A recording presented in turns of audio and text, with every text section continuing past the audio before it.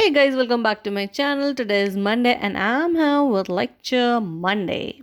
So last class we studied the critical stages of different crops for irrigation. So today we'll study oil percentage in different crops, field crops, okay?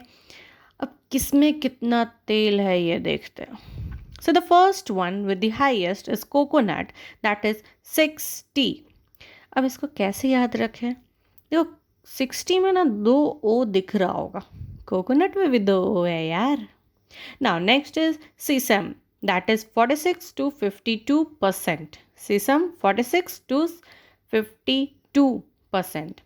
Ground नट में 45, एकदम 90 degree का आधा. Ground नट में 45. Castor 35 to 58%. 3558. सैफफ्लावर 24 to 36. यार flower देंगे, young age में ही ना लोग देते हैं. दो 24 से 36.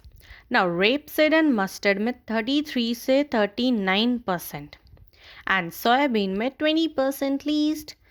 सोयाबीन बचपन से बहुत पसंद है, मतलब टीन से निकले नहीं कि सोयाबीन खाना शुरू. So let's revise it once. 60% किस में था? कोकोनट में था. 46 से 52% किस में था? सिसम में था. 35 से 58% किस में था? कैस्टर में था. लाइन से थोड़ी बोलूँगी सारे. ना 20% किस में था? सोयाबीन में था.